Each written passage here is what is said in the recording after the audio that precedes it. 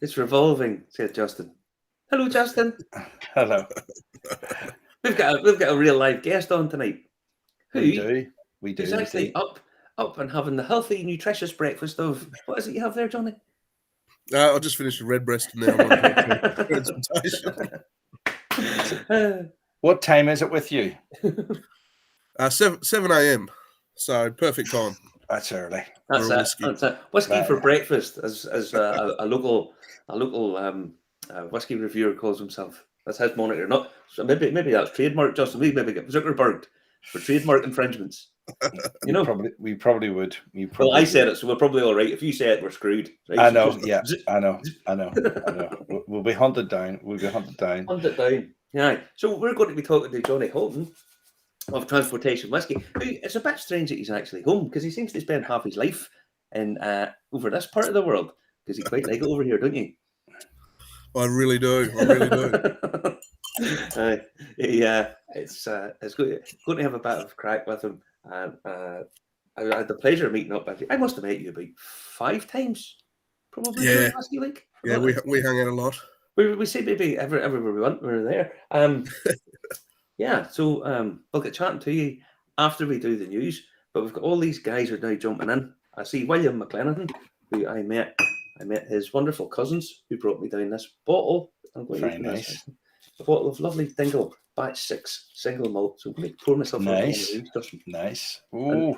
Do you know what they said? They said whenever they were here, it's a pity we can't get to see Justin. I says that's probably the only time anyone's ever said that sentence. Ever. No, well, I didn't want to give him the cold or flu or COVID or whatever it is I have. Yes, Justin's got the lurgy. You can still hear it in my voice, I think. Yeah. As had Johnny was telling me off there that when he was in Ireland, he was immune to all known diseases.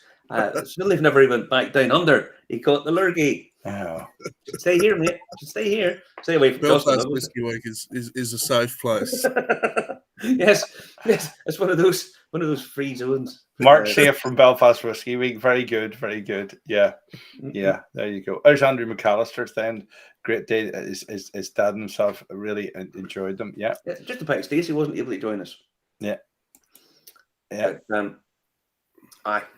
I was just about to but I had a bit of insider information from what was going on and where she was. So maybe something to do with the news tonight. You know. Okay, there we go. Everybody's saying hello. If you're saying hello, remember to comment, like, and share. We're live on YouTube, LinkedIn, Twitch, Telegram, Twitter, and Facebook. Everybody's going mad tonight. It's going mad tonight. Remember to tag and share a friend and hit subscribe on YouTube if you haven't already. Johnny, we'll hide you in the green room and get on with the news. Cool. See you in a wee minute, mate. So, a good old win for Ireland today. I just see Thomas Jones just putting one up there. I seen that. Did you watch the rugby? No. I was decorating the back of a wardrobe, hence the green screen here. No, I watched the first half. Then I decided, right, we're going to murder them here. So I jumped off. I saw the score was 85-8, if memory serves. Wow. So yeah, great win for them today. Although Romania scored first, which was a bit of a this doesn't look this is going to go well. Right. That's madness. Yeah. Absolute madness. Aye, but that was their highlight happened in the first sort of 3 minutes, and that was that. But anyway, so will we do the news, Justin? We will. What's first tonight? First up is there's a few new releases, and Pars, John's Lane, cask strength. A certain guy who's just kicked in there, the Whiskey Novice. I know this is going to be a big hit with him. I would imagine. I think this will be a big hit with certain people watching this. Our jam. Yeah. Pars, John's Lane, cask strength. Now it's coming out. It's €90 for 57.8%. This we like. Thank you, the powers that be at Pars, for not sticking the arm in, because I think that would be a good one. Yes, a Dingle Batch 6, thoroughly good recommendation there from our Jim, because It's the dingle, the cask management dingle, I have to say, is very good. They're always quite complicated. Anyway, so back to the news. John's Lane, they are releasing this. This is going to be part of their core release, which is very reasonable priced, great whiskey, cask strength. Tick, tick, tick, tick. Yes, I like all of this. The Palace Bar got 200 bottles, sort of bespoke to celebrate the bicentenary of that wonderful bar down there in Fleet Street in Dublin. So, yeah, expect those to be flogged at auction next month if you want one.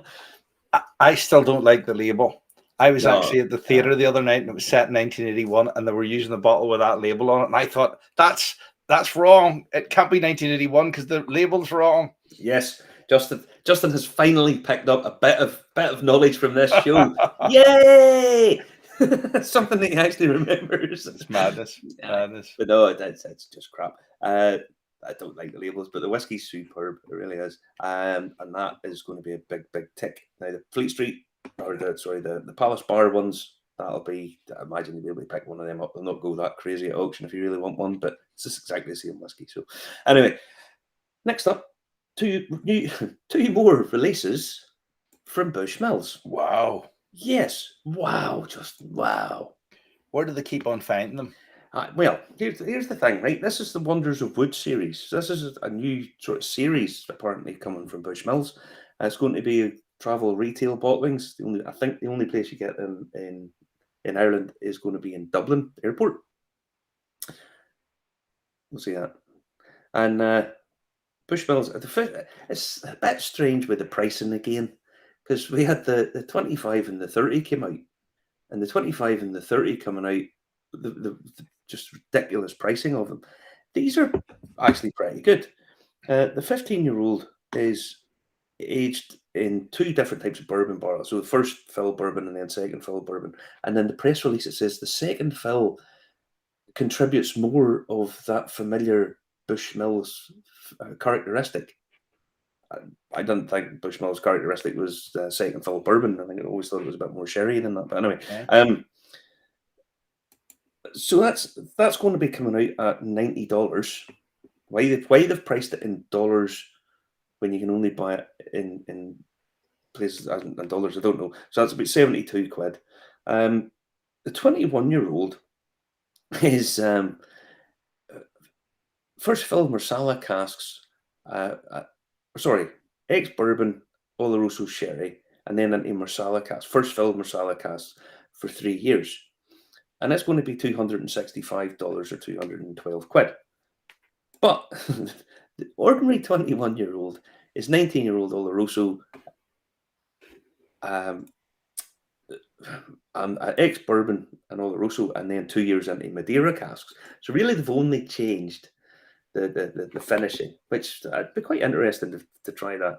But sounds really, really good. It sounds as if Bushmills, these are the sort of things that we've been wanting them to do for ages. They're going to be released at 46%. Yes, we like that. But yeah. What's the box like? Oh, it'll be one of those cheap, crappy boxes that everybody's doing now. It'll be cardboard, I would imagine. No, not be wood. You're not allowed to do wood because Greta Thunberg will come around and kick your bollocks on if you use wood these days, just. Right. Okay. I know. Such a shame. Boxes make lovely things to put things in, but anyway. I was talking to a girl today who, well, she's a guide, and she was telling me that she took some people into Bushmills a few weeks ago, and they spent a lot of money. Okay, let's just put it like that. And these were going back to China, and when they bought these bottles of Bushmills at thousands of pounds a bottle, right? They bought 10 of them, and they came out in a cardboard box, and they said, "Is there not come in another box?" And the wee girl said, "Oh yeah, it does." And they went, "All right, that's good." And they went out and bought, you know, the wee white cardboard box that you put the other cardboard box in. That's what they give them. You go, on you go, and they're like, "Is that it?" you know. But yeah. That's the one that Amazon wrap it in to send it in their proper goods. Oh God! No, it was just the white sort of flimsy cardboard one that you get. Madness. They spend Yes, thousands and thousands of pounds, and they get cardboard box to take home. you know, at least they're still doing it in glass bottles, aren't they? At least they're Well, doing it in glass bottles. that might That's change most sometimes important. as well. Anyway, so a couple of new releases there will be quite nice to try. Next up, Macallan. Wow. Macallan has completed the purchase of the Vasmia. Is that I think that's how you pronounce that? Cooperage in Jerez. Mm-hmm. Now, this guarantees that they have a really good selection of sherry casks coming along. They've been working together for 30 years, according to the blurb. And this means they've now taken ownership of that bodega, that cooperage. So that guarantees their sherry cask supply. They've got another thing with another bodega as well. Was that the problem with running out with sherry casks? They weren't doing as much sherry as they used to be because Well, they're not as popular and they're having difficulty sourcing the casks. Well, all they do is, they just season them these days. There's not a huge amount of sherry being drunk, so they season the casks. But the fact that they have now taken that over guarantees their supply. I would imagine there's probably an insurance policy against anything ever happening where these casks go through the roof, which there's every chance that they could, and they kind of control that for themselves. They've also done a partnership agreement with Cooper's Oak Cooperage over in Ohio, to supply the white oak that comes across to make these, which is a bit of a change. But yeah, they bought a 50% stake in Bodega Grupo Estefes. My Spanish pronunciation is probably pure shite there, I'm sure. But so they're obviously adjuring themselves against any of these price hikes and a lack of supply.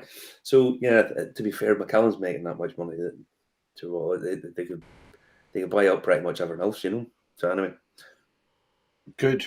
Well, it's a brand that people want to buy into. It's one of the prestige brands, really, isn't it?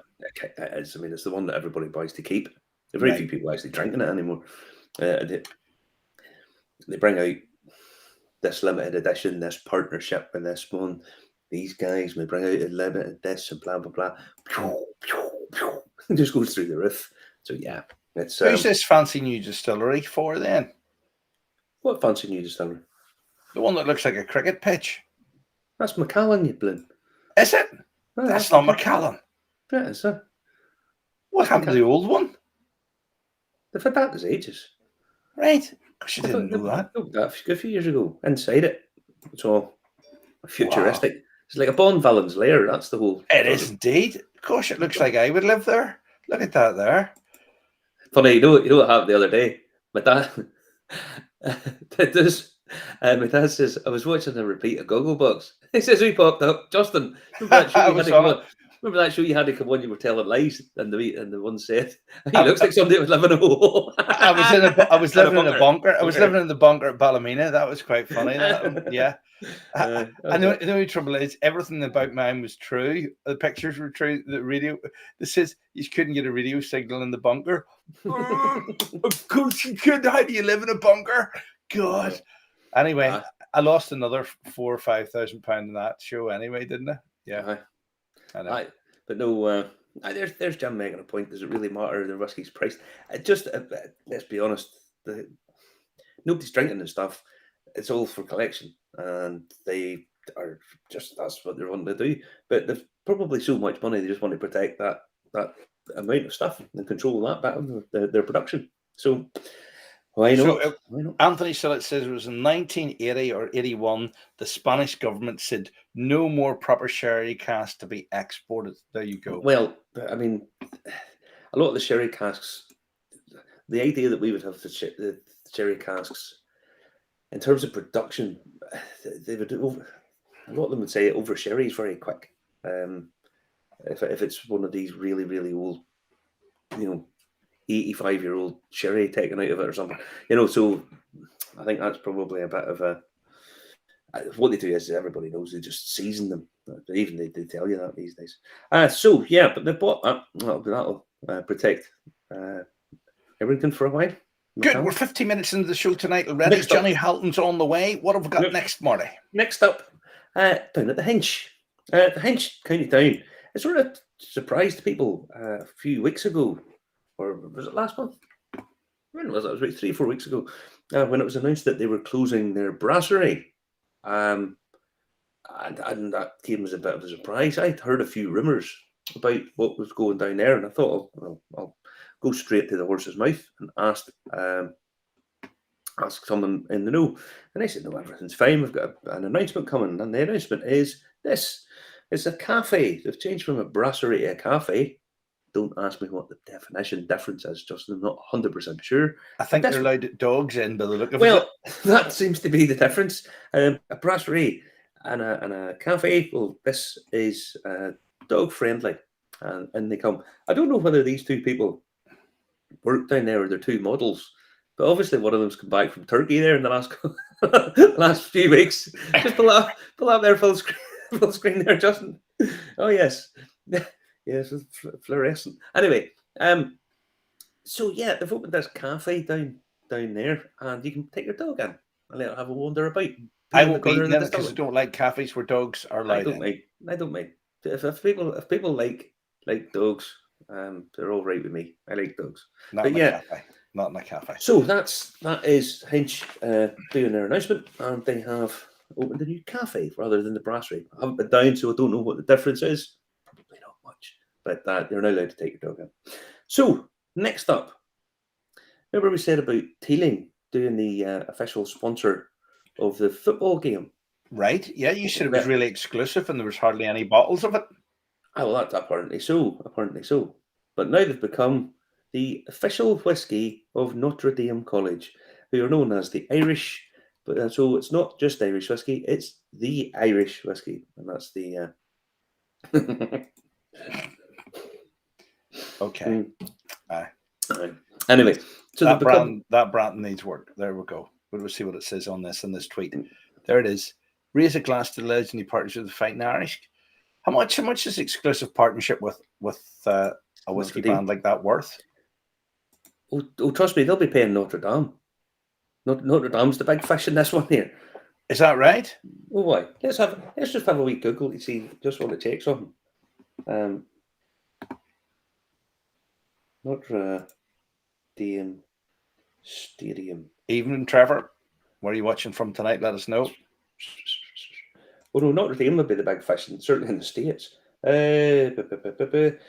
Notre Dame Stadium capacity is 80,000. So it is. That's bigger than most stadiums in the UK. Oh, that's about the size of Croke Park. That's the size that these guys are. So, they're Teeling will be paying a lot of money for that. So okay, yeah. Of course, they have a big Irish following that gets the Irish whiskey into that. Okay, yep. Yeah. Funny thing. Yeah. So they're part in sport. A couple other sporting ones, golf related this time because the Ryder Cup's coming up. But Dewar's are sponsoring the 2022 US Open with a 19-year-old Champions Edition, which will be American oak and ex-rye casks. So there's another sporting connection. Where you at?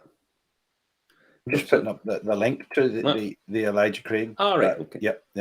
And then the next one is the Elijah Craig is becoming the official bourbon of the Ryder Cup. So it is. Very good. What kind of money's involved in that? I don't know. Again, these guys millions.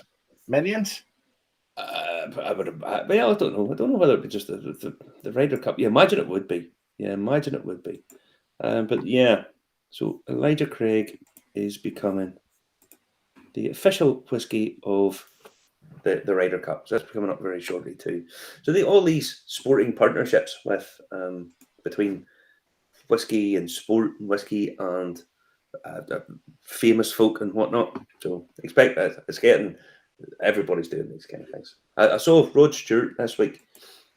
He's talking about his whiskey. What's it called? Wolfie. And what he said was, "Oh, it's really good. When you drink it, you don't screw your face up." Yeah, that sounds like a winner there. Okay, yeah. At least he didn't say it was smooth. Oh no, I think he says, "Oh, it's very smooth."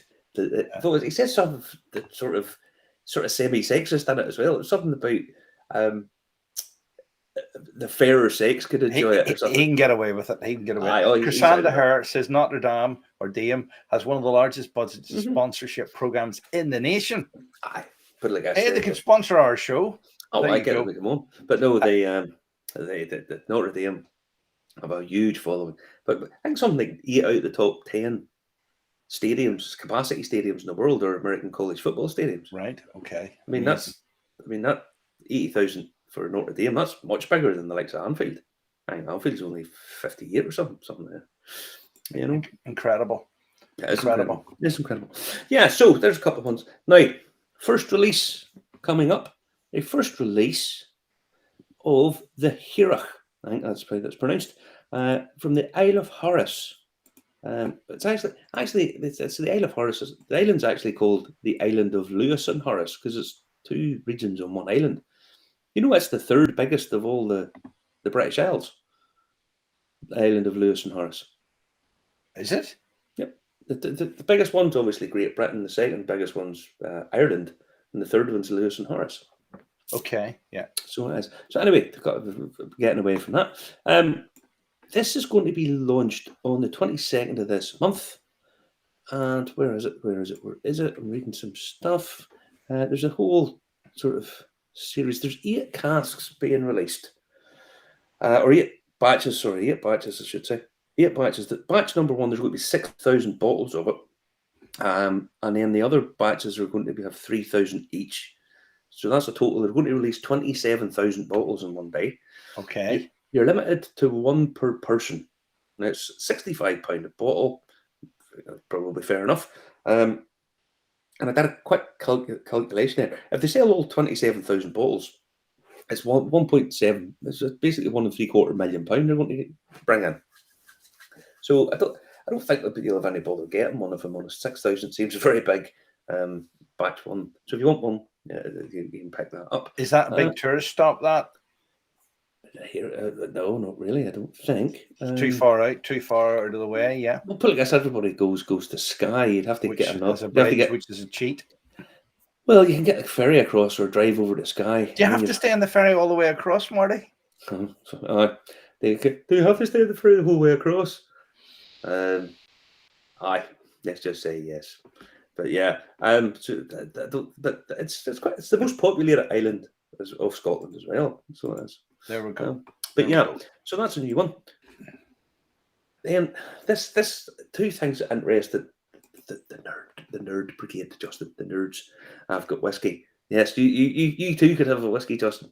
The first one up is they're up for a ballot. It's at the Oxford Artisan Distillery, and it's the Black Pine whiskey, and it's named after a tree that was J.R.R. Tolkien's favorite tree, apparently.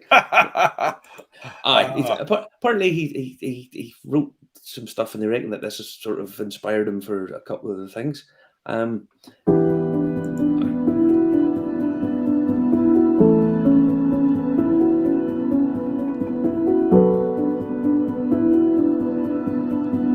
The black pine tree's significance, which was one of the oldest in the Botanic Garden, was its relationship with the writer J.R.R. Tolkien.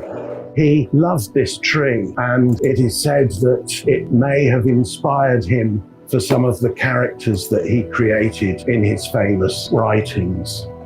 It tragically split in 2 in 2014 and had to be felled. To celebrate our 400th anniversary, this box was made from wood that was salvaged from the original black pine that grew in the Botanic Garden for all those years, and it will contain a bottle of black pine whiskey. The boxes were crafted locally at the Silver Foundation Wood School. And on the box, you'll see an illustration drawn by the artist Stanley Donwood. This whiskey is the blend between two of the best casks we had in-house. And the aroma is very, very fruity. Let's see how it tastes.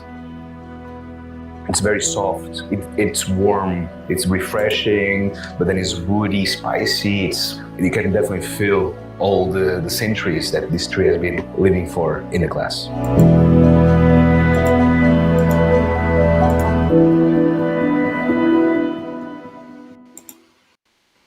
What do you think of that? Well, How come they've got a proper box, Marty? Ask yourself that question. That tree had already died. Right. Greta thought Right. purpose. Greta would be happy as Larry with that. But yeah, there's a couple. Told my grandfather personally that he loved his tree. Probably was a load of garbage marketing. One thing I will say is the bit where he said there's a band with swords of glass around, the obligatory whiskey swirly glassy thing. And he turns around and he says, you can definitely taste the centuries that this tree is with. That's pine. I'm going to say that the whiskey never touched pine. That's not a wood that you really want to be doing. Fustiness. Well, Johnny's laughing in the wings. We've got one more story to go, don't we? We'll just touch on that. The only thing I will say about that would be, if you're a Tolkien fan, that's a couple of different collectible things on it. There's 400 bottles of this. 370 of them will be 150 quid each, and they come with a wooden coaster from that tree. Interesting. And the other 30, you have to put a ballot in to get 30 of them, and they're the ones that come in the box, and you have to put in a bid above 550 quid for it. All right. So yeah, more chance of buying a first edition.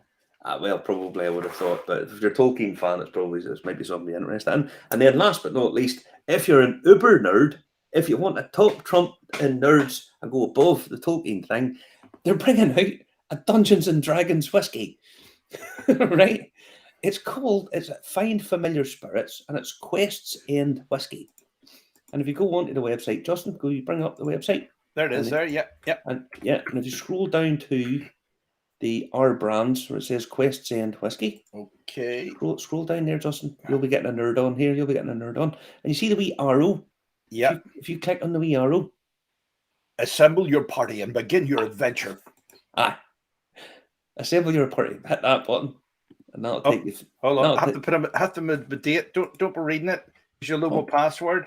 Oh, why? I know you're not old enough to drink. Wait, where are you? Have to come. There you go. Over there. Yeah. They're not on screen. You're not. Oh, well, it's not moved forward. It has. Why has it done that? There it is. There. I did it. It didn't work. Well, what happens is you go on to introduce in the first chapter in a series of limited edition. There's a thing: set the scene, roll the dice, and raise the volume sound, and all this crap. It's just if Tolkien isn't nerdy enough for you, and you think I'm going to bore the tits off people endlessly, you now have a Dungeons and Dragons whiskey where you can play Dungeons and Dragons and get pissed at the same time. What's not to like, Justin? I don't know. Ain't that weird? That hasn't moved forward, but I've moved it forward on my screen, but it hasn't moved forward on air. That's weird. It must be the effect of the Dungeon Master. The Dungeon Master. I sort of have. I was doing this here. I was rolling dice. That's what we were trying to roll dice here. Yeah, I thought you were trying to say it's the finest blends of the beans in the world. All right, yes. But no, it's magic beans. So you can get a Tolkien whiskey, and then you can out nerd everybody with your. The only other thing is Star Trek have a whiskey, and if you really, really, really want to uber nerd at everybody, the Star Trek one will be the one for the job. Listen, it's 5:30. We better say hello to Johnny. Bring in the Tasmanian devil himself, because he's been waiting in the wings very patiently. How you doing, my friend? Back again. Did you ever play Dungeons and Dragons? Where'd he go? Huge hold Star on. Trek You clicked out. I don't know what's going on here tonight. There you go. Hi. No, big Star Trek fan, so I'd love to get one of those Star Trek whiskies, but I'm not going to. There is it's like a Klingon rye whiskey or something. It is. You know you want one. You know There's a you few. want There's a captain's table one. There's quite a few in there. Where are we all going now? I keep jumping away. What's going on? I don't know what he's doing. There we go. We're here. We're There he here. is. That's because he's Yeah, living in his straight bunker. No, aye. So, Johnny, we get to chat that full length chat again because, as Brilliant. I say, in Belfast Whisky Week, you were everywhere. You were everywhere. You were pretty much every event. How many events did you attend Belfast Whisky Week? Pretty much. I pretty much did 4 a day for the entire week, midday to midnight. Few Guinness before and after. So it's. Oh, hey Cassie, how you going? We missed you at Belfast Whisky Week this year. So try not to miss events. Try and make use of the entire week and attend as many events as possible. I've got legs. I can keep up. Oh yeah, I think we all twigged that because not only did you do Belfast Whisky Week, you jumped in the plane, flew home, and then had to do Tassie Whisky Week. Tas Whisky Week straight into that one. So yeah, there's no rest. It's a hard job, but I'll continue doing it as long as my liver allows. yes, as long as your liver holds up. Your liver will be like one of those geese that they make foie gras out of. You know. Drink responsibly, folks. Remember, please drink responsibly. I have to get that in there, Johnny. Always. But no, right. You are the man behind Transportation Whiskey, which I have a bottle here of, but I haven't opened because I was saving it up just to get a chat with you. Get a good grip and just give it show us your muscles. Show us some muscles. Hang on, we need something. Hang on, try this. There we go. That's it. There we go. So we'll get her open. Now, lovely. Now, you're the guy behind Transportation Whiskey. And we were talking to we'll talk about that in a minute. Talking to Damien, Mike. And we know that the whiskey scene down in Tassie is just, well, it's nuts really, let's be honest. It's huge down there. So, give us a bit of your background. How did you get into it? Why did you get into it? Where did you get into it? Maybe. Yeah, so I collected and drank. I didn't ever collect. I drank to drink, but I just bought quicker than I drank. So I was pretty much exclusive with Irish whiskey, which in Australia at the time was very, very difficult, as we didn't have too many Irish whiskies down here in Australia. Back when I first started drinking, and so I'd used to ring up, Celtic whiskey shop and buy online and have them sent over at great costs if they got caught with duties. But I ended up with over a couple of hundred different Irish whiskies here in Tasmania, which was was probably the biggest collection in Tasmania at the time. And one of the times I was over in Middleton, I was given a glass of the Method of Madness 28-year-old Ruby Port, which is just an absolute stunning drink. It would have to be right up there with probably one of my favourites that I've had. And as I'm drinking that, I'm like, why is no one in Australia making single pot still whiskey like that style of whiskey? So I turned to the people I was with. I was like, I'm going to go back to Australia, back to Tassie, and make single pot still whiskey. And they laughed. And what were you doing at the time? I was running a company selling trailer locks. So a real job.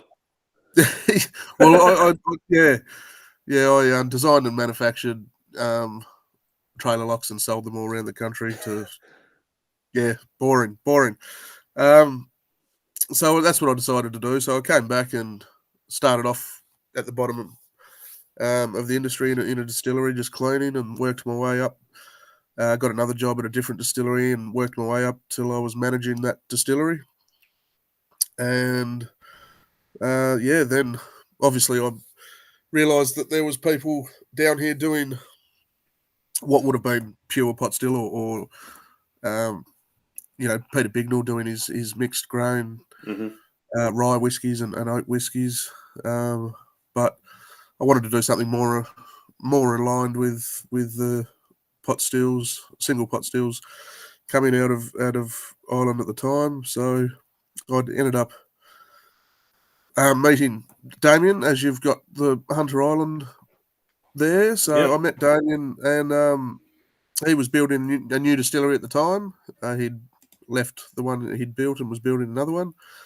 So I approached him and told him my idea of doing single pot still whiskey, and he said that's absolutely great. Great idea. I'd love to do that at my distillery, because he was trying to think of what to do. Yeah. And then he said, would you like to come along? You can use my stills, and you can use my still and make your brand, and I'll make mine. So we've been making single pot still since then. So yeah. And then I released. How long have you been making it? 2020. 2020. So right at the start of 2020. And yeah, I released in July last year. Brilliant. And came over to Belfast Whisky Week. So Paul got hold of me and flew me over for Belfast Whisky Week last year. Yep. I had organised some Tasmanian distilleries to do online the year before, because of COVID. Belfast Whisky Week was online. So I organised a few distilleries for that. And then last year I flew over and brought over 5 other Tassie brands as well. And then this year we came over again, and we had 8. More human beings. I brought people with me. Yeah, we ganged up on you this year, and I brought a few extra Tassie people with me. So we had 8 brands all up, and the McHenry, Bill and Ali came over, and Christy with Kalara. So Christy Booth Lark came over, and it was an amazing week. I know you enjoyed yourself. It was, but no, I mean, just having that. I mean, traveling all the way. I mean, basically, as far away as you can sort of get from Ireland, and you guys making the effort to come over. I mean, it's a huge privilege to have you guys. Really, I mean, I genuinely mean that. And you certainly add something to the whole place. You know, that means a lot. It's not really that. Like, my brand is transportation, so flying on an aeroplane is the easy way to get from Ireland. So there's a more difficult route you can take. There. That's right. So I can't complain. Yeah, you don't have to stop off in Rio. Yeah, that's right. That's right. But yeah, so that's how you got into it then. Basically, thanks to Damien over in Hunters Island. Yeah. So we worked together, and I started making it there, and it was really good. So, I'm like the opposite of Brendan Carty. So I went to Ireland and got inspiration, and came back to Tasmania and did it. And he went to Tasmania and got inspiration and went back to Ireland and did it. So that's actually pretty funny. That's pretty funny. It's amazing that how people are influenced. He goes there and then comes back here, and you came here to get inspiration back there. It just shows you how small the world is and how small the whiskey community is, Johnny. Yeah, that's right. Well, the thing about it is, it's kind of funny that you were interested in pot still, and Brendan goes to Tassie and basically gets inspiration for pot still in Tasmania. I mean, that kind of like that idea of it, that's right. It is very strange now. Very strange. Well, I mean, it's an amazing style of whiskey. It's absolutely, it's been my favourite style of whiskey for a very, very long time. So, it was when I wanted to start making whiskey. It was a no-brainer. I just had to stick with that. I just love, and I've been really enjoying, playing around with different mash bills, doing, Yeah, I'm going to touch on that in a minute, but just one thing I just wanted to. What was your first? Do you remember your first exposure to a pot still? I assume Redbreast. That's normally where people. It was Middleton. It was Middleton. It would have been a Redbreast or a Spot. Most likely, it would have been the Redbreast. But I bought so many whiskies in a short period of time that I can't remember which one would have been Yeah. the first one. But yeah, and until I bought Dingle's first release single pot still, it was all Middleton, which I absolutely love the Middleton pot stills. They to get that much variety, but still have that main body of what they do down there is that's Well, I think one of the things about, I mean, single malt really, if you like, through a combination of very clever marketing and whatnot, really established this position that it was the Lamborghini or the Rolls Royce of whiskies. Mainly because it didn't have any other competition. What was going to compete with a bottle of Grouse or Johnny Walker Red Label versus like a single malt. Whereas pot still, I mean, there was just dribbles of pot still. That was basically all there ever was. So apart from 100 years ago, it was the most popular style of whiskey in the totally world. Different thing. Totally different. Yeah. So what people are doing now in Ireland and what I'm doing down here is trying to find all those old mash bills that Fanon has I'm just going to reach for Fanon's books up here. His name is bound to pop up at some point. No, he's a great guy, and he let me use a small excerpt in that original Hue and Pine box set that I Oh, it's on your website as well. So I obviously was checking out a couple of things, and I see the blurb. He's a fantastic guy. Really, I haven't got catch up with him for a while, so I'm going to have to give him a ring. But yeah, and I assume once you sort of tasted a few pot stills or whatever, did then you start doing a bit of research into it, or was it? Yeah. So I got into it really, really early and researched the style of whiskey and what the different grains can do, and obviously A Glass Apart really helped along the way there. It's a great book. So if anyone hasn't got it, get out there and grab a copy of that. Yes. The large hardback copy if your eyesight's not the best. And so I've once all this, like especially things like what he did at Bowen with the that was one of the most impressive things I've had done in years. I loved everything about it. So I've even started going through the old mash bills and doing them down here in Tassie, and so I did. I've done the old combo. I've done the. Don't be telling Jarlath and the guys down there. They must not own the copyright of that. Oh yeah, no, sorry. I did the mash bill from 1916 up in Northern Ireland. Is that better? That's yes, that's 100%. Sorry, other trademarks are available, Jarlath. Don't worry, I'll take this out, but it's actually live, so it's too late now. That's all right. Jarlath's on holiday somewhere anyway now. So he's riding a motorbike around the country. He doesn't know what's going on. No, he doesn't know what's going on. But so you're doing the same sort of mash bills, but you're doing them down in Tassie. So I've even so I dropped into Bowen on the way up to Belfast, and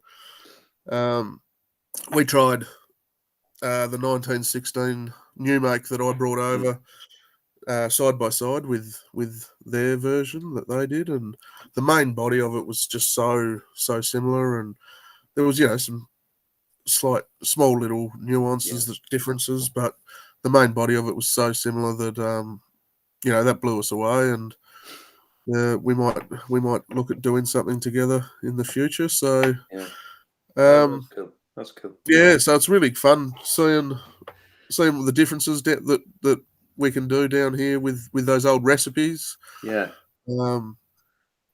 And I'm doing another next week. I'm doing another one with wheat and rye, which will be a bit of fun. So just slowly working my way through, just so I can experience all these different textures and flavors, and see what we can do down here with the similar old recipes.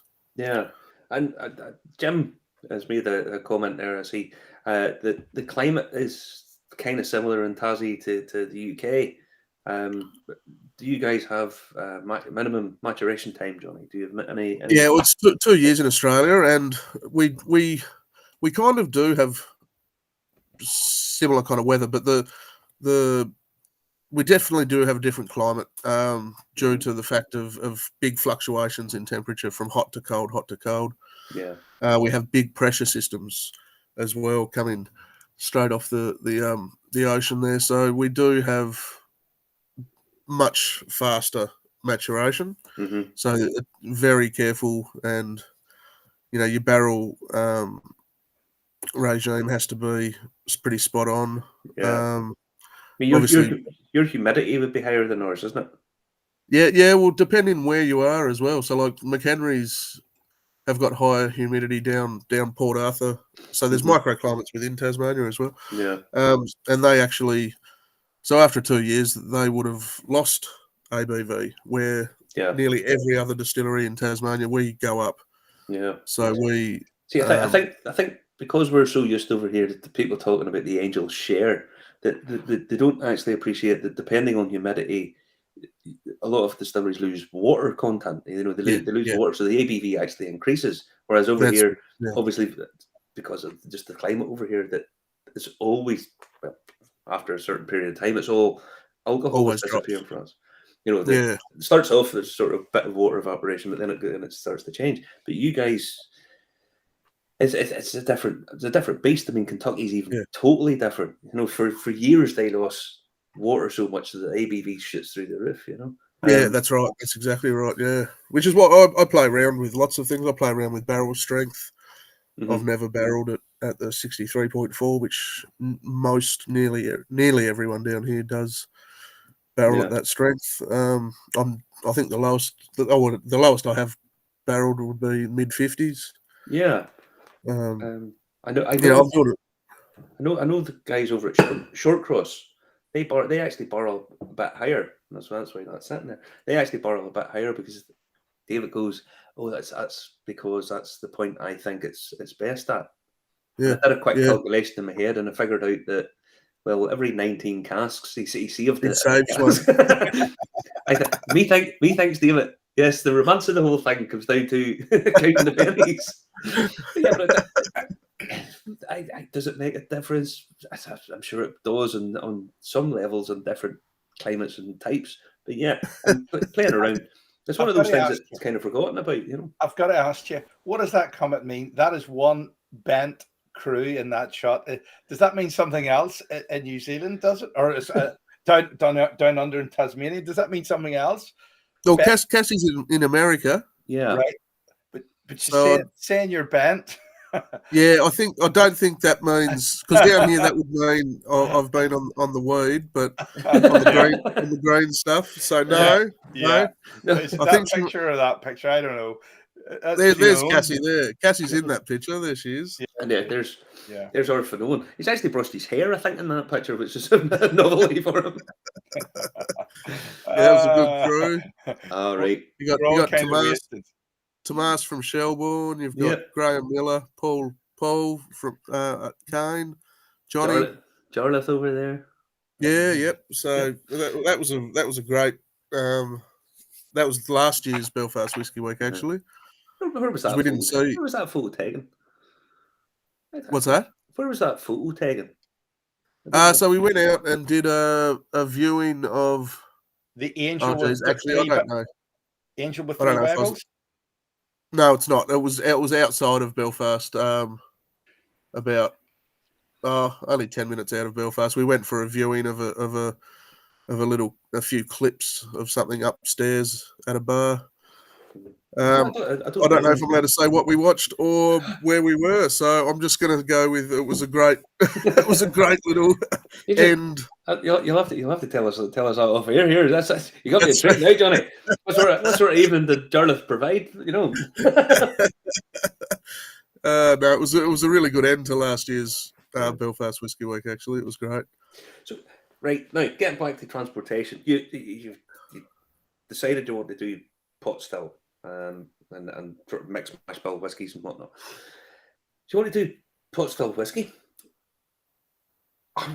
What was the first mash bill you decided to do? What was Well, funnily enough, the first mash bill I did was 60% malt, 30% unmalted, 10% oats, which is actually mash bill number 1 that out of the Boan 10 that Fanoan did. So that was just a coincidence. I wanted to push the oats a bit further. I did have the understanding that the technical file was changing to 30-30-30, which will happen. It has to happen because so many amazing brands are doing these things over in Ireland.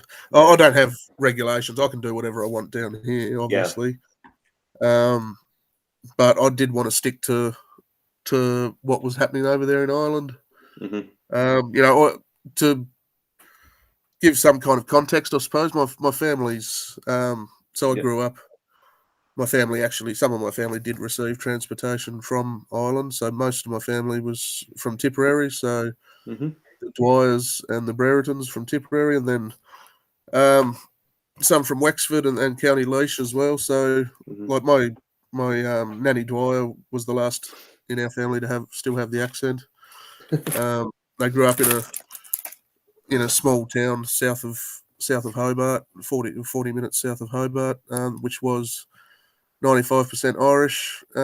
So the culture was kept, and especially because a lot of people didn't want to leave. Don't be thanking me for my ancestors taking you there. Don't be thanking me. Don't be thanking me. Just a bit about that been grassing you up. I was there. No, I wouldn't have been grassing you up. They nicked the potatoes. Get them away. The ancestor in Australia were prison guards. If it wasn't for your ancestors, Justin, we wouldn't have pot still whiskey single pot still down here in Tassie. So thank you. So Irish is your cultural identity, the background, and so on and so forth. Yeah. So as I was saying to you before, I even played Gaelic football down here in Tassie. We've got a Tasmanian Gaelic Football and Hurling Association, which is a good bit of fun. We just have a social league. It's mixed teams, and we get out in summer and have a bit of fun. And we play it in summer just so all the Irish expats, when they look up, they're blinded by the sun. So yes, not used to seeing these things, you know. It gives us that little bit of an advantage, so it's good. Yeah, I know what you're saying. But yeah, so your first mash bill then, your mash bill, you decide to do, and what did you hit on? So it was, let me get this right, 60-30-10, was that 60-30-10? It should be on the little bottle you've got there. I put as much information as I can. I think it's on the back of that one. Yeah, it is 60-10-30. When you started working with oats do very strange things to a whiskey. At sort of 1 or 2%, you don't really notice them. It's more a sort of textural, mouthfeel, and it really benefits from it. But once you go above that sort of 4% up a bit, it begins to do really, really strange things. It's a fantastic addition to a mash bill. Oh, it really is. It really is. I've pushed it up to approximately 20% would be the highest I've done. I just find, not only do you get that creaminess, but you do get what we'd call an Anzac biscuit, which I suppose a digestive, like that oaty biscuit flavour coming through, which is really comes through really prominent. Is that like arrowroot? Maybe more an arrowroot biscuit than maybe. We call them Anzac biscuits because that's what the army back in the wars, they used to eat them in the trenches and stuff. We still, my grandma used to make them. And those very dry, hard biscuits. They were, I think, back then. I'd sneak in as soon as And they were made. As soon as they were made, and they were soft and warm Yeah. and delicious, and that's what the I get that nose Yeah. off the new make, which is great. And then I just keep experimenting with all the different mash bills that I've got on my list, and Yeah. I'll normally do 2 runs of each mash bill. Yeah. And I am actually gonna, maybe on this next one, I'm gonna double distill one of the 2 runs of this next mash bill just to see the differences there with double distilling. You normally triple distill? Yeah, everything's been triple distilled so far. So, but after going up to Ecklandville, they've convinced me to try a double distilled single pot still. Well, I mean, again, David down at Shortcross, he's a big advocate of double distillation for that, the body. Yeah. And yeah. It's one of those things. Yeah, it'd be nice to sort of compare and contrast. Yeah, well, that's right. To see where they are. Yeah, that's what I do. I like playing around. I really enjoy. Anything in life, I don't like doing the same thing for a long time. Yeah. I mix and change and have fun with things, and it's more interesting than doing just the same thing over and over and over, which I've done in other distilleries. And this time I thought, I'm the boss now. I can do what I want, and I have a lot of fun with it. So well, that's what's the old saying? If you're doing something you love, you never have to work a day in your life. You know. Yeah, that's right. There's a lot of truth in that. There's an awful lot of truth. That's right. Now, the ones that you've had out so far, Flogging Molly. Where did that name come from? Yeah, so I do a band series, which I've contacted different musicians and bands that I love. Mm-hmm. Flogging Molly are a band that came out of LA. The lead singer and his wife live back in Dublin now. So it's an Irish punk band, or Irish rock band, I should say. I haven't been able to get hold of Shane McGowan, so I'm not going to be doing a Pogues one. Plus, that's already been taken by a 3-year-old. I don't think Shane's not in the best of form at the minute. He's in hospital. He is, yeah, that's right. He's in ICU. Flogging Molly are one of my favourites. I love them. My next one comes out next month, which is a Chicago Irish punk band called the Tossers. Oh, so right. I thought you meant it was going to be Chicago. No. It's a bit of a change from bloody Shane McGowan in Chicago. No. The Tossers are a great band. Their version of they do a version of The Parting Glass, which is just one of my favourite versions of that song. Well, put a guess, the Bee Gees used to be called the Tossers, Right, there you go. That was their original name. They were the Tossers. There you go. So, yeah, I've got them. I've also Finney up in Canada with the Mahones has said I can do one. So I've got to ask and get permission before I do one. So, and then there's a band down here. So an Irish fella started a band in Sydney called Medusa's Wake, and I've spoken to him, and he said I can do one as well. So he said he'd write a song for the release, actually. So that's going to be that's cool. That's going to be a bit of fun, yeah. Let me see. Just mixing my 2 loves of music, and my Irish punk music and my whiskey. So three sheets to the wind. No, is that another band? Is it? No, 3 Sheets to the Wind is just it's a good saying. Oh yeah, fits well with transportation whiskey and tall ships. And what about If You Leave Me Now? I couldn't write on the bottle "pissed off your head," so I wrote 3 Sheets to the Wind. I can get away with that one. No, you get away with that one.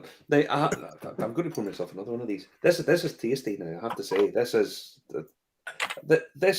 is age 2 years. Did you say it was 2 years? That one's 2 years and nearly 2.5, 2 years and 5 months or so. That was my first release. So yeah, and that's the box set that I dropped off for Willie. Oh yes, that's that same liquid. And it's bourbon, port, Oloroso, and porter beer. It's quite a complicated maturation. Yeah. So I don't think I could replicate most of my whiskies. No, I could if I really put my mind to it. But as I said, barrel management and Mhm. playing around with flavors to get the end result that I'm looking for. It's a major part of, you can't, a lot of places I know would just, they fill a barrel, they empty a barrel, they bottle a barrel. Yeah. I think playing around with different flavors and if 1 + 1 can equal 3, then do it. Yeah. But I mean, you're setting yourself up with a sort of very complicated, not only mash bill, but then very complicated cask management as well. So to get an end product, there's a lot of different moving parts there, if you know what I mean. There is, yeah, that's right. So and a lot of it's in here, so Yeah. it's hard.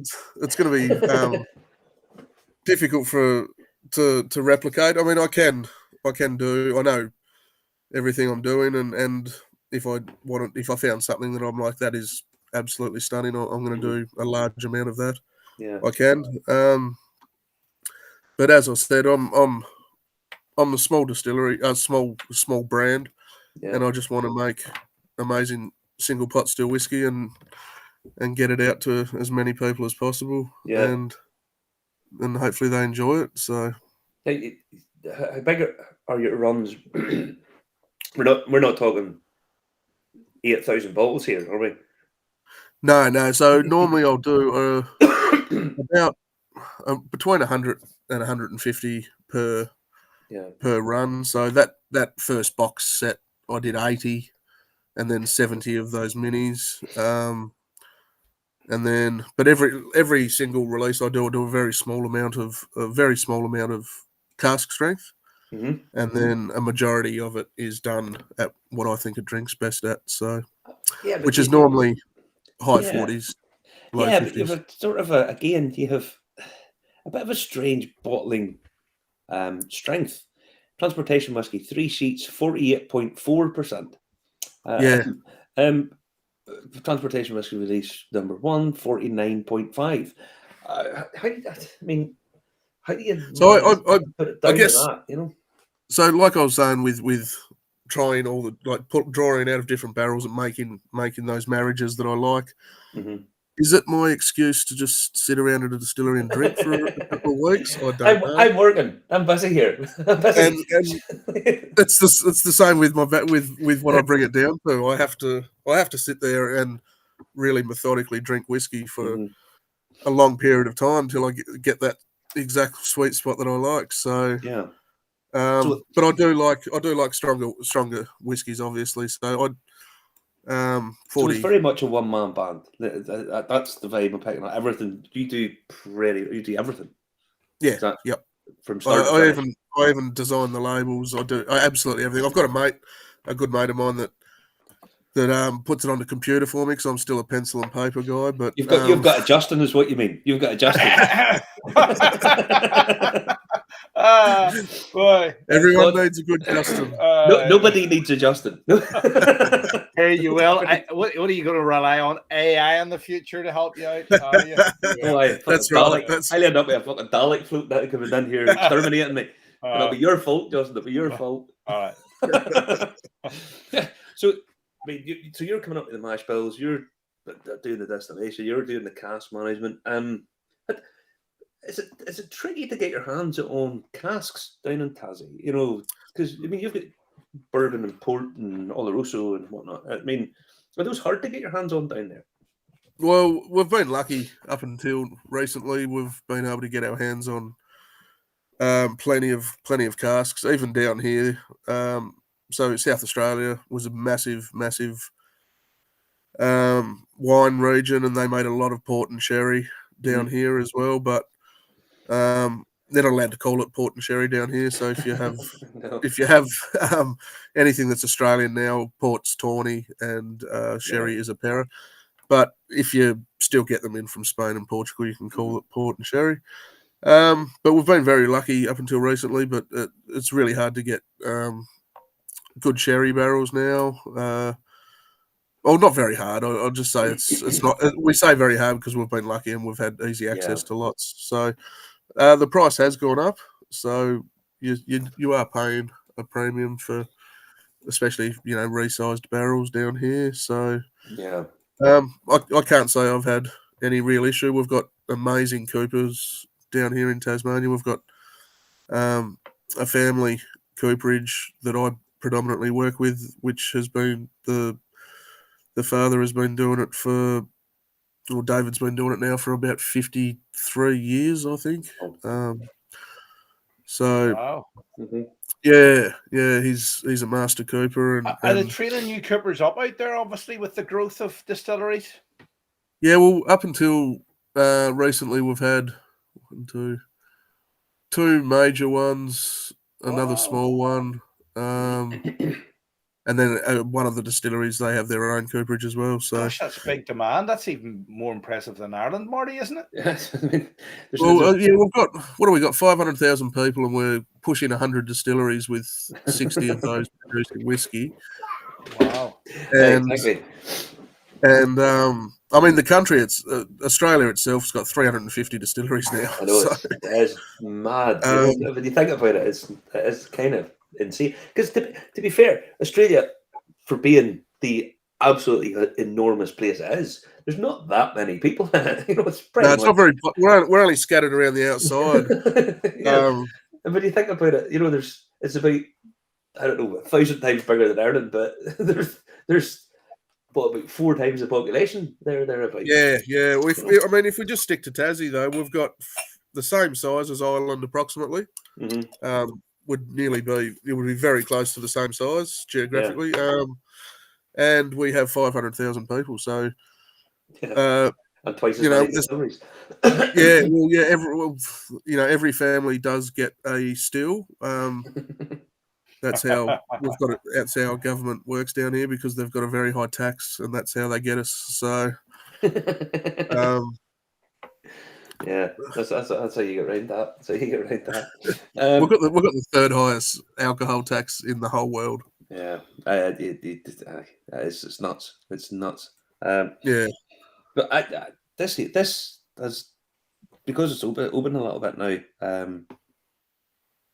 The nose in this is really, really, really, really different. It's very complex nose, very complex nose. I mean, on the nose, it does have lots of those biscuity notes, but there's that sort of plum jam. There's that sort of sugary sweetness that sits in below that definite cereal notes, but in below it you've got that sort of nice. It's almost like when you used to bake those biscuits and the jam used to harden. Where you bake out the sort of moisture content. That's kind of what it's like on the nose. It's definitely all those baked goods, and on the mouth. First thing off, mouthfeel superb. That lovely high oak content makes it that lovely creamy. I don't like to say the word smooth. I hate using the word smooth, because it doesn't make your face cringe. That's what I'm going for. Well done, Rod Stewart. It doesn't make you screw up your face on advertising slogan. That's what he said. Supposed to just drink any of it. Fuck all does he drink of it? Yeah. But I mean, our barley down here. So even our single malt whiskies do have this big, oily, viscous mouthfeel to it. I think adding that unmalted barley and getting the extra oils from that and the viscosity, and then having a high oak content for the extra creaminess, it just really does a wonderful mouthfeel for our. I mean, it's one thing that most people don't appreciate. They don't. It's not something that really enters the concept. It's that mouthfeel, and it's so important. It's so important. If you can get that right, it makes. There's an awful lot of stuff can be covered up if you've got a nice mouthfeel on the whiskey. Yeah. But that's lovely. That's a really, really. And I try and keep like these spirit-driven whiskies where you're still getting, all that effort and all that love of the mixed mash bill coming through. The spirit's so good. It's so drinkable. Yeah. As a new make spirit, so I don't want to overpower that with big, thick fortifieds and just to end up with a syrupy fortified whiskey. Yeah. Mask over the hard work you've done. That's right. Yeah. I mean, that's another thing that a lot of people probably don't know a huge amount about in terms of production. Adding notes in isn't an easy task, because the more you put in, the more like glue the you're working with, and it's just in terms of an actual production. It's the higher up you go, the more effort it's going to take you to do. Yeah, that's right. But yeah, now if people wish to buy whiskey from transportation, because I really like your bottles. I love the bottle design and the big bottles. Beautiful. Yeah, I've got one here. So it's very old school. Yeah, where am I there? Exactly, just that old school. It's almost like a hip flasky type. Yeah. So I've got some old early 1900s Belfast bottles. Like I've got an old Dunville's one and some old Mitchell's bottles. I actually have an old Mitchell's bottle just sitting over here. It's got that. It's a similar shape. It's got the green tinge. So I found this bottle. It's actually 100% recycled glass. So you've got the green tinge coming through. And Greta Thunberg's not going to come around and kick you in the chins or anything like that. That's right. 100% recycled glass. Glass stoppers. So I think I'm sorted. I'm sorted with her. Glass stoppers are a touch of class. Those ones are those Waterford ones. They're beautiful. I went for glass stoppers. It does match the branding, but also environmentally. So you do what you can, and even though I'm tiny, absolutely tiny, I still think it's important to do what you can, and it fits the design as well, which is really good. So it is difficult. I do sell out quite quickly with just small amounts.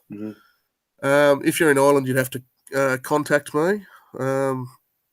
So find me on Facebook or on Instagram. Sure, you're here that often. You could just put it in your suitcase. You could do a personal delivery. That's what I do. That's what I do. So just get hold of me. We'll have a chat and we'll work something out. Otherwise, you jump onto the Transportation Whiskey website and you can subscribe down the bottom. And if you subscribe, you get early access. So you get a 24-hour window where you can purchase a bottle before they go public. So if you subscribe down there, I've got 2 new releases coming out end of this month, at the start of next month. My first single cask strength, and then band series number 2, the Tossers. So the single cask strength will come in that decanter bottle that the very first release it came in the box set, and that was a 70-year-old port barrel, so that it held port for 70 years. And every 8 months, I took out a litre out of the barrel. So when you buy the bottle, is that it?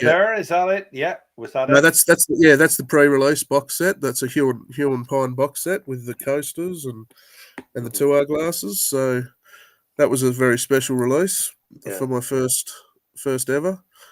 I didn't copy Dingle. Don't. So what's getting back to, you took a litre out every 8 months? Every 8 months, I took a litre out of the barrel. So when you buy the bottle, which is 3 years and 3 months old whiskey, you get 4 samples. You get a new make, 8 months, 16 months, and 24 months. So you can actually line them up and watch, and basically like you've gone into the Bond store and you've got to try the whiskey as it's aged and as it's matured along the way. So you see the colour change, you see the how the flavours change, and it's called the journey. So it's the barrel journey, and it fits obviously Transportation Whiskey. The journey. It was a long journey, not quite. It didn't take them 3 years and 3 months to get down here, but it did take 3 to 4 months. So it's, but yeah, I thought that would be really interesting for people who may not have may not have access to a Bond store to go and try whiskies Yeah. as they go. They can't travel all the way to Tasmania to try your Bond store. You know, every 8 months, come and see me. yeah, there's a number of hurdles to cross to do that. But you're back again because Yes, so we'll be. I'm Yeah, we're making coming. light of the fact that you're coming back, but you're coming back again, and so it's only a couple of months till you're back again, isn't it? Yeah, back in March. So we've got Cork Whiskey Fest in March. Down with Laurie. Yeah, Laurie O'Dwyer. I did a tasting with him last year and got on really well with him. We're probably related, the Dwyers. he is a fantastically nice guy, isn't he? He's just Laurie and Sonia, lovely. they're amazing. So really stoked to come and be a part of that. We'll bring a Tassie crew again. So Christy will be coming with me. Christy Lark Booth, or Booth Lark, sorry.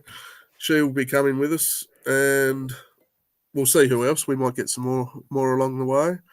And I think her brother Jack's over in London, so he'll come over as well, hopefully. Mhm. And then hopefully we'll do Whiskey Live in Dublin in May, and then back in July for Belfast Whiskey There's Week. no much point in you getting home, to be honest. I like the time it takes you to get home. You might as well just stay. I'll That's get Justin. right. Justin's got a spare room. You can stay on with him.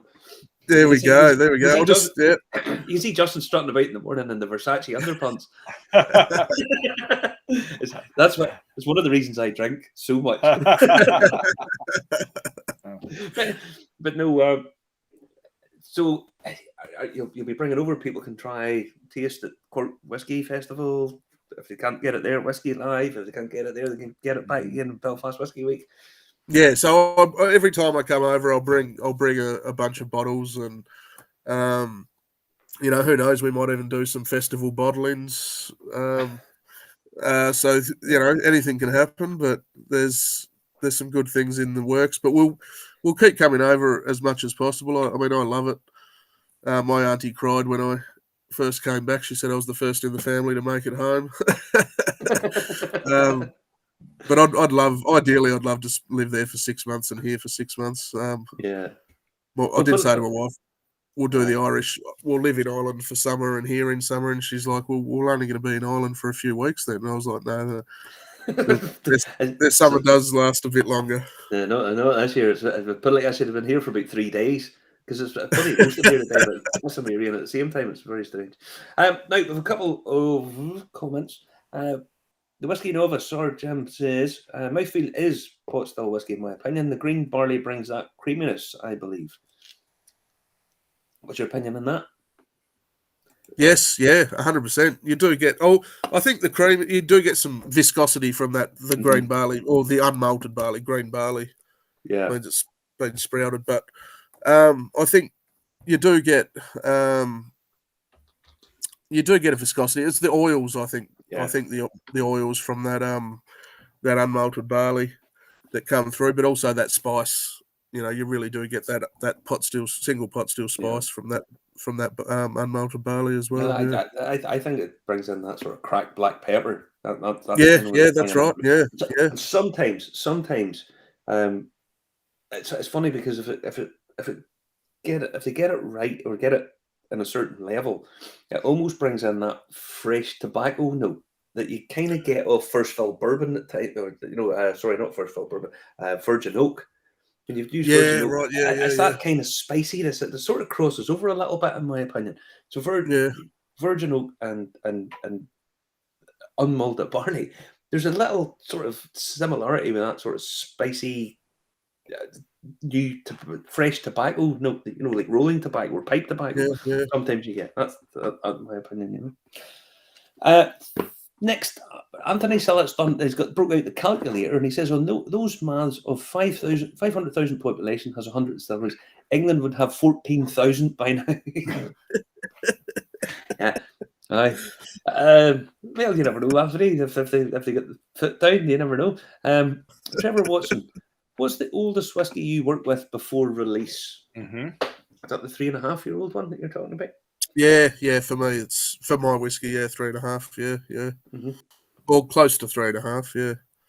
And then I've got down different barrel sizes, so I've got some big barrels down that'll take many, many years. So I don't. Most people might know, but your barrel size, obviously liquid to surface ratio, you can age whiskies quicker. I've got a lot of 50-litre barrels. Start off with smaller barrels to get some of that faster aging. But as I said, most of my liquid would have seen 2 or 3 barrels in its 3-year lifespan. But then all the way up to 200-litre barrels will take a 125-litre barrel with single pot still at a lower ABV barreling will take approximately 5-6 years. Yeah. And then so 200-litre barrel should take maybe. Well, I mean, this style of whiskey hasn't been aged for that long, so down here. So I'd say 8 to 10 years. Yeah. Another 2-3 years on the top of that again. Yeah. And then Anthony says, is there much movement of the barrel in the dunnage warehouse or Rick? Yeah, so when we were starting out, Damien had an indoor swimming pool that he put a big concrete slab on top of. So we did actually, we were working out that, some of those 50-litre barrels would put them down there for 2 years or 2 summers, I should say, because summer's where we get those big fluctuations. Yeah. And then move them up for 1 summer above ground to really get that liquid working in the barrel. So nowadays with my larger barrels, I'm upright on pallets, the same as most of the big distilleries in Ireland. Are just where I don't have my own bond store, so I bond it at other people's bond stores, and it's just easy access, easy storage. So and then they will pretty much sit where they are for the rest of their life. So I don't really have, I'm not moving them up or down or anything. I suppose, I mean, you don't have the expense of running your own bond store. So that's right. Yeah. Same with the distillery. I'm a gypsy distiller, so I distill at other people's distilleries. At the moment, next week I'm doing a run down at what's called White Label Distillery down at Kingston, and they hire the stills out to me on a daily rate, and I go, and they've got a 3,000 litre wash still. I can run 3,000 litres of wash through there, and out of 3,000 litres of wash, I end up with approximately, depending on what strength I barrel at, but approximately 300 to 350 litres of what I'm barreling it at. So we get a good ratio of normally just over 10%, and using it's been great fun working out using enzymes and getting a good conversion that we can from all those crazy mash bills that I give them to work with. So I'm down there, tipping the oats in to the mash tun, just thinking, thank God I don't have to clean this thing out at the end. So you're one of them guys. Oh, we'll come down to you. Oh, by the way, that's in there. You can clean it. I'll see you there. That's exactly right. Brilliant. But, without those big outlays and costs of owning a distillery and things like that, it means I can. It means I can do it, because otherwise, I can't afford to run at a loss for however many years most distilleries run at a loss for until they're bringing money in. And if no plans to build your own distillery or no, I think doing it the way I'm doing it at the moment, I'm every 100 litres I sell, I make 300 to 600 more. So I'll do 2 runs from every 100 litres I sell, and I'll just keep building. Who knows what can happen in the future, but for now, I'm happy doing it the way I'm doing it, and that means I get to travel. So basically what you're saying is there's 100 distilleries that you can go around using their stuff before they go, look at the state up for left. That's right. I can do 100 runs. They just need to keep building more distilleries. So you go. Until they get And they're like, that guy never cleans. By the way, there's a chamois leather before you go in there, big man. You know, there's a sponge and a bottle of Dettol in there. Brilliant. Brilliant. But honestly, it's absolute pleasure talking to you. Yeah, you were everywhere during Belfast Whisky Week. Everything I went to, you were at, and you're not only. It's very strange because you're over here promoting your whiskey, but you're over here supporting Irish whiskey and showcasing it to the people in Tassie as much as the people in Tassie are coming over to show us what they're doing over there. And it's Oh yeah.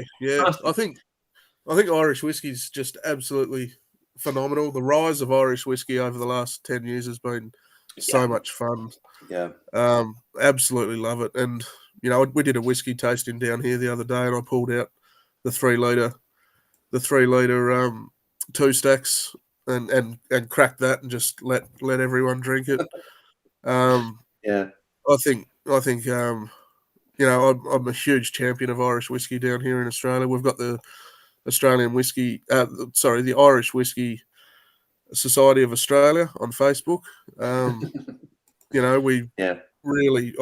did Irish whiskey tastings for years before I had my own liquid down here in Tassie. So I'd always host the, St. Patrick's Day tasting, and throughout the year I'd get a few more happening to show people what we're doing. And we've had, people like Barrel and Batch down here. If you check out Barrel and Batch online, they did Australia's first Redbreast single cask, which was a 19-year-old Oloroso. So we're people in, but back when you could only buy Jameson, Tullamore Dew and Bushmills, it's just when I first started drinking and collecting Irish whiskies. It's just phenomenal to see. We've got so many brands down here now. You can go down to Dan's and get Whistler and Silky and it's amazing to see, and it was absolutely awesome catching up with you, Marty, over in Ireland. It was, and doing your tours. If you ever need to do a tour around Belfast, Marty's the man to go see, I tell you. Thanks and very if you much. want to see the best bloody Irish whiskey museum, the best whiskey museum, full stop. There's I don't think there's any competition for it, to be honest. Not even close. Not even close. I'm in it all the time when I walk in. It's just you go in and go. It's just as phenomenal. And the additions of the Powers decanter and the Paddy. Will we tell the story of this? That was 120. Just really quickly, 120-year-old Powers decanter that I found down here in Tasmania. I took it back very carefully, wrapped it up, put it in looked after it, brought it all the way over, pristine, brought it over for the museum, and someone in one of the bars decided that they might wash it out. No. I have to just correct you exactly what happened.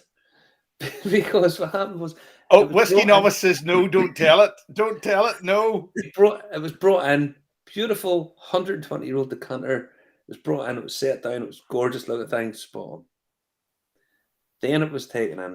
He says, no, don't tell it. And capital letters. Aye. Let's just say there was an accident with it. And but it's still loved, and it was much appreciated. That's right. And no one, and it was superb. And everybody was happy. Everybody was all happy about it. It was all dead on. There's nobody lost it. As it was said by someone, sure, nobody got hurt, and that was all it was. Well, it's still there. You've got that. You've got the Paddy's decanter. So for a while, Paddy's was bottled here in Australia. Yeah. So barrels were sent down back to a wine company in New South Wales back when that could still happen and still be called Irish whiskey, and they had Paddy crocks made, which actually said bottled in Australia. Yeah, see those those might be worth hanging on to. All that Paddy stuff, if you can get your hands on it, probably. Again, that's nothing compared to what's actually in the museum. So it's and I think you've got a transportation box set in there. It might be the only whiskey that is technically not Irish in the entire building. Well, there's a couple of other little strange anomalies. There's a bottle floating about, a Mount Vernon bottle. That's the appeal to the people from the US of A. That's floating about, and then there's a couple of bottles of Scotch floating about, but they were bottled in Belfast, so it's a bit different. There you go. But yeah, it's a pleasure catching up with you, buddy. Thank you very much for getting out of your bed at such an early hour.